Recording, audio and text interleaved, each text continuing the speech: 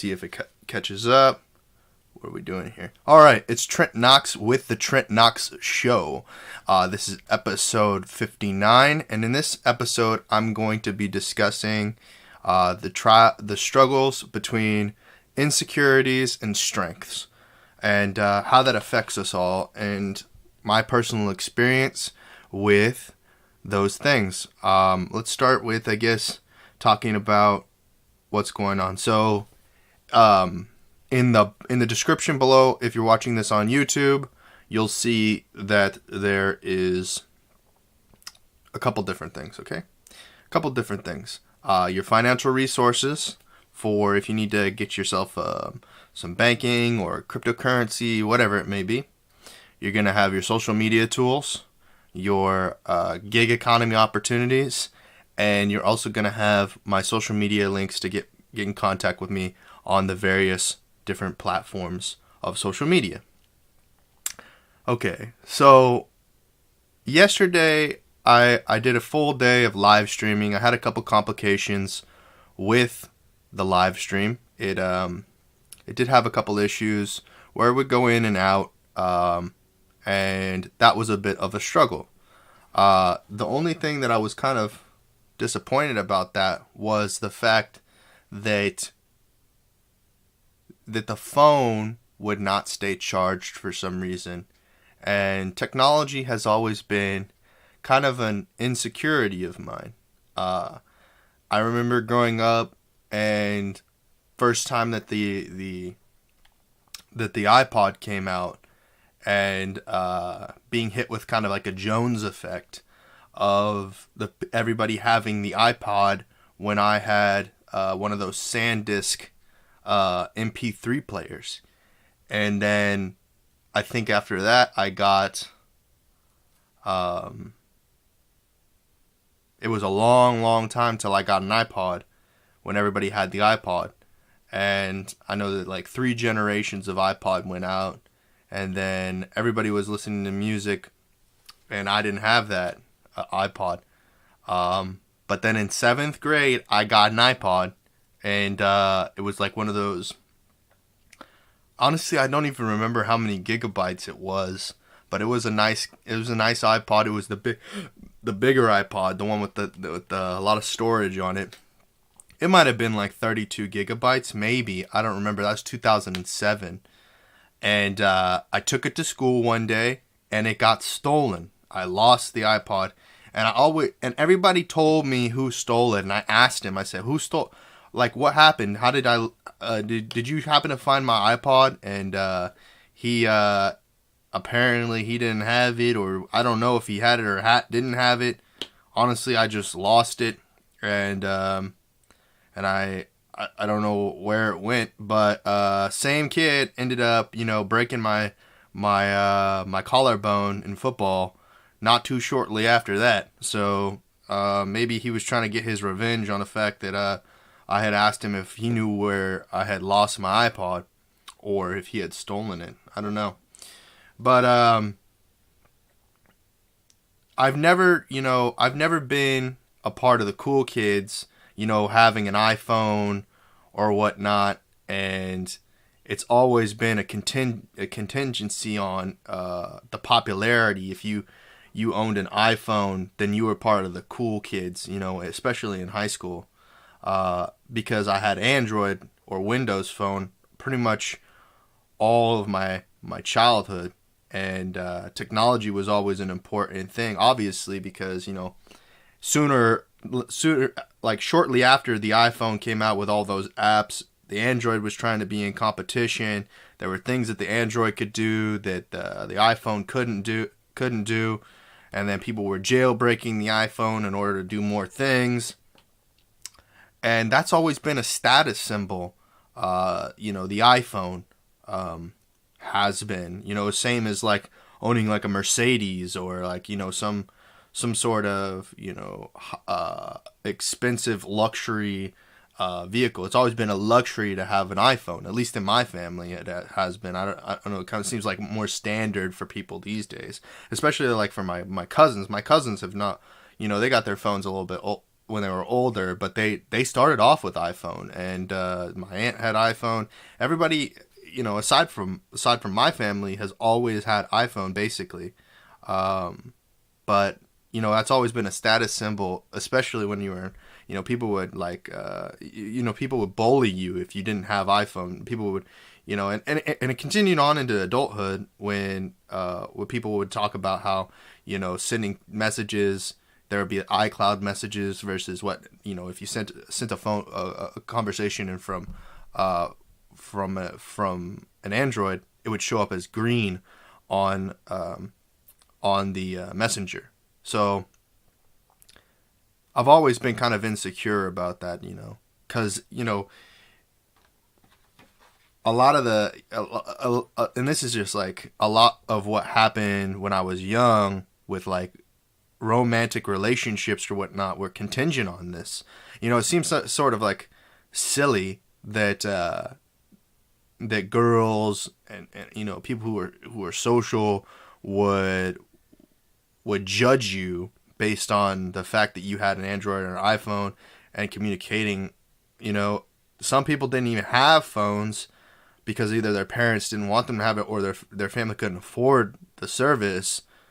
And and then there was a lot going on when I was in school, when I was in grade school, as far as like this technology thing, and it's still, I'm kind of still insecure about a lot of technology because there's a lot of new things coming out all the time, and those things, whether they have pros and cons, and there's things there's positives and negatives to it, but with all these things coming out, you always want the tools to be the most successful person that you can, and not all the time can you afford to have those tools. So it seems like a huge insecurity for me. Another thing that was a huge insecurity while I was growing up in grade school was, being in advanced gifted and talented courses, being people thinking or perceiving that you're intelligent based upon the type of schooling you're getting in public school or private school or whatever. That was one insecurity, is that when I don't graduated, that's not right.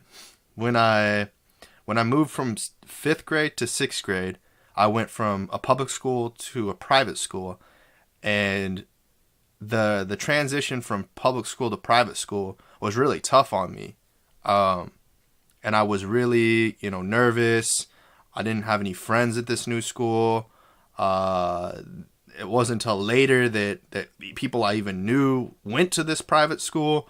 And then when I didn't find, when all the kids there were kind of like, mean or bullies or whatever, or like not even really like that. They were just like, they wanted to be exclusive. There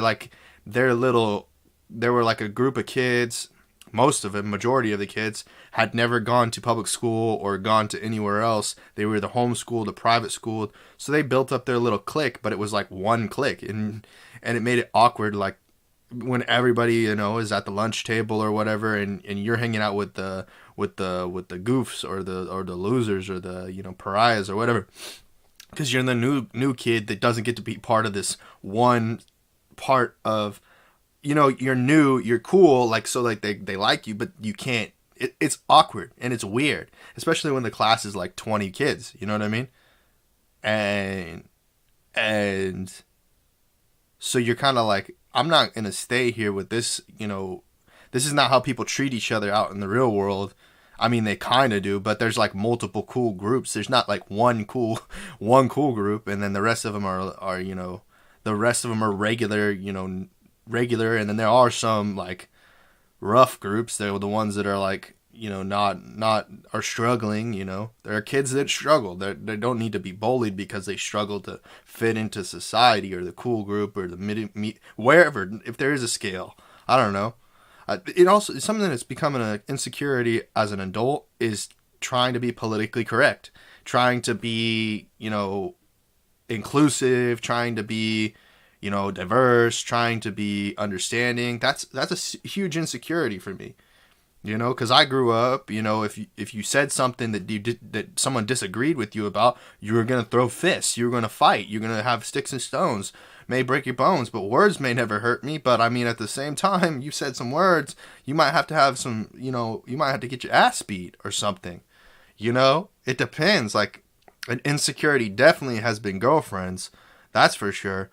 And I don't know how comfortable I am talking about certain situations growing up, but there were some struggling situations where I was kind of uncomfortable about the situations, especially when it came to football. And I think that this was once upon a time a strength of mine, being an athlete, being moderately okay person, not super cool or super hot or super, well known or anything like that, and I never was really someone to voice my opinion on things in the public. I'd always come home and like tell my brother or my mom, and they would disagree because they had no clue and they didn't even know what I was talking about. And so, like, I think that's something that's super relatable for young people these days that are in college, grade school, public school, private school, whatever it is that you have this insecurity inside you that you're trying to explain and talk to people about, and you might be going to see a therapist, or you might be seeing a psychologist or something, and you're trying to communicate something that they're just not knowledgeable about. They don't understand the dynamics of that particular sample group or the community that you're living in, because they're not part of it. And when you do meet someone, that's, a mentor or somebody that can understand your struggles and the things you're dealing with, they may not necessarily have the same perspective, or they're not necessarily the most skilled at communicating how to look at it from a different perspective, or see it differently. Especially with people who are classically trained in psychology or psychiatry, because they want to use old tactics for a new issue. Like, there are a lot of new issues. A lot of people want to say that history repeats itself, things how show up in patterns, but to be honest, if things always showed up that way, we would never have something new. There would never be a Snapchat with the problems that has, because there's a different flavor on it. Now, there's been communication chat channels and whatnot, and secret messaging groups and whatnot, but there's not been a lot of that combined, or like, a lot of what's going on in the world now seems and appears different than it was before, at least from my perspective, from someone who's gone from, not having access to the World Wide Web to having access, but a limited access, to basically having access at all times, other than whenever I'm disconnected because I left my phone somewhere or something like that. There has been a narrowing of the gap between, my initial insecurity with having an Android device and having an Apple device. I mean, now, as you can see, you kind of have to have, if you're listening to this on podcast, in the video I'm showing up, I've got the Android and the Apple. This is a little bit of an outdated Apple, but it allows me to kind of still communicate, with iCloud and all those different services that you need. And it wasn't until I became an adult that I would get access to those things. And something I was thinking about prior to, starting this episode, was that I was wondering how many people that are, like, you would assume, like, not counting foreign nationals, but people who were born in the United States, from people who were born in the United States, how many of them are accounted for or not accounted for in the system. For people who need to get, benefits or whatnot that don't have a social security, they might be white Anglo-Saxon, but their family didn't agree with the government and didn't want to be, they didn't want their date, they didn't want to be indoctrined by the system of having a social security number or having a driver's license or whatnot. And this came up, this thought arose because I'm signing up for a new gig opportunity job, and they don't have direct deposit. They don't have they only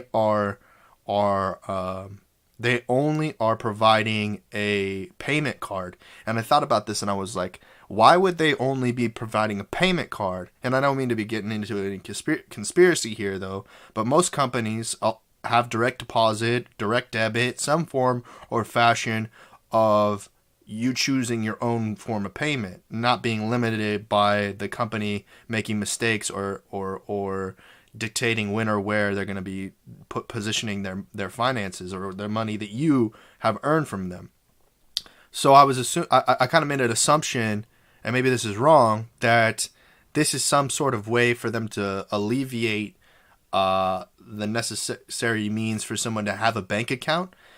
Because this is like a global platform, it's not necessarily directly related to the, U.S. of the United States of America. So then any form, you don't necessarily have to be a citizen of the United States or have a social security.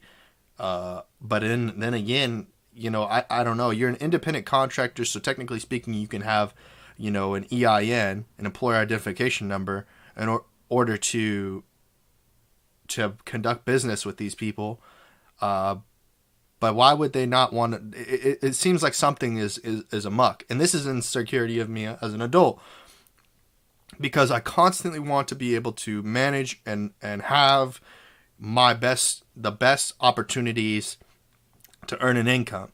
I know that I've worked for employers that have a good reason, a positive reason, a strength of this is that a lot of employers, because they do their own payroll and utilize, maybe an antiquated system or an old system of like an accountant or something like that, a personal accountant, they'll miss payroll, or they won't put you in the system, and then you're waiting for a check after you were told you get paid over after a week for a month to 6 months, however long, you know what I mean, and you're not making enough tips. I'll buy it. That's not as important, but it's like that's the only money you're getting is tips. You're not getting your paycheck, so then you're struggling, and that could be a reason why you would adopt some sort of payment card system and get out of a direct deposit, direct debit situation. But I don't know. Honestly, I have no idea. But it seems like that seems like a logical explanation. We'll see how that works out. Another thing that I think that really was an insecurity was, clothes and fashion have always been something that's been something I've always been kind of insecure about, especially shoes. Actually, a whole fashion and apparel, everything has always been kind of like an insecurity of mine, and not in the, I guess maybe not in the, not as much as maybe someone. I'm definitely not the most insecure about this, because I'm not like, I don't have to have the latest trend, but I definitely want to be, fashionable. I want to look good with the clothes that I wear, and I've not always, I've kind of resorted into, the opposite now, because I can't achieve financially all the time to have, the latest shoes, the cool socks, the good underwear, the nice pants, your shirt, the belt, the everything, the watch, the gold, the chains, all of that hasn't always been something that just rolls in for me. It's not always just readily available. So, I mean, that's always been a kind of a struggle for me. and I don't ever think that ever solved that never came to a solution. But then, once I became an adult and I started looking at the fashion industry, and started rationalizing the whole thing, um, fashion is bananas. It's crazy because what's cool today is gone tomorrow. What's here today is gone tomorrow. It's like you become an adult and Abercrombie, Hollister, all of those things that you wore as a teenager, Nike, all this stuff, become a lot less popular because most adults, especially most adults, not most adults obviously, but a large number of adults wear khakis, a polo, a belt, a pair of dress shoes, a watch, whatever. The ones that are the ones that are more flamboyant or more more big personality will wear designer clothes and expensive garments or whatever. But most people don't. Most people wear kind of plain clothes, and it goes to show that but that whole statement that dressing for budget is kind of shows for wealth is kind of not true anymore, because a millionaire's a millionaire no matter what you're wearing. Maybe your upkeep's a little bit greater, of keeping your wardrobe straight, but I mean it's I don't know. It's been kind of an insecurity, especially growing up and seeing some people who had a little bit more wealth or whatever to be able to afford fancy clothes or whatnot. That was always an insecurity growing up, especially because girls, they girls definitely want to judge a young boy based on their clothing, their hygiene. They want to judge everybody based on these things, and it's especially important. So the kids with a little bit more access to those, a hot shower, cold shower, all those things all the time. Clothes whenever they want, they can just buy whatever they want off the rack, or buy fancy, expensive clothes. Kids who come to school in Gucci or whatever. That really wasn't something that was going on when I was in school. But now, a lot of kids are wearing high-end luxury clothing brands, but obviously, it's become easier to transport that stuff overseas. So, things have changed in that right. The next thing would definitely be, your vehicle. That's always been an insecurity of mine. I mean, not so much now because now I own my car. I own everything. It's more so getting to the point at which I own things. There's not a lot of things that I don't own. I mean, initially I had a little small size pickup Ford Ranger, and then I that broke down every once in a while. I didn't always have the money to gas it up. That was a real struggle growing up, was affording to be able to drive my pickup. I'd have to drive a little commuter vehicle because my dad, I don't know. I don't know. It's always that's always been an insecurity of mine, especially since my grandfather was always into drag racing and racing cars and whatnot, and go-karts or whatever, and having access to that type of stuff when I was there during the summer. And then he helped me get my truck because it was my step aunt's before she gave it to me. She got she got his old truck, then she traded that in, and she's had really nice trucks, really nice big full-size trucks like her whole life. And aside from, I guess, in high school, whenever she drove that truck, it seems like I don't know. I have never. Maybe I never deserved it. Maybe whatever. When I got to graduated from high school, my parents got me a bigger truck for graduation, but it was always in my mind it was never good enough. Although it was at the time, it just was like I was being young.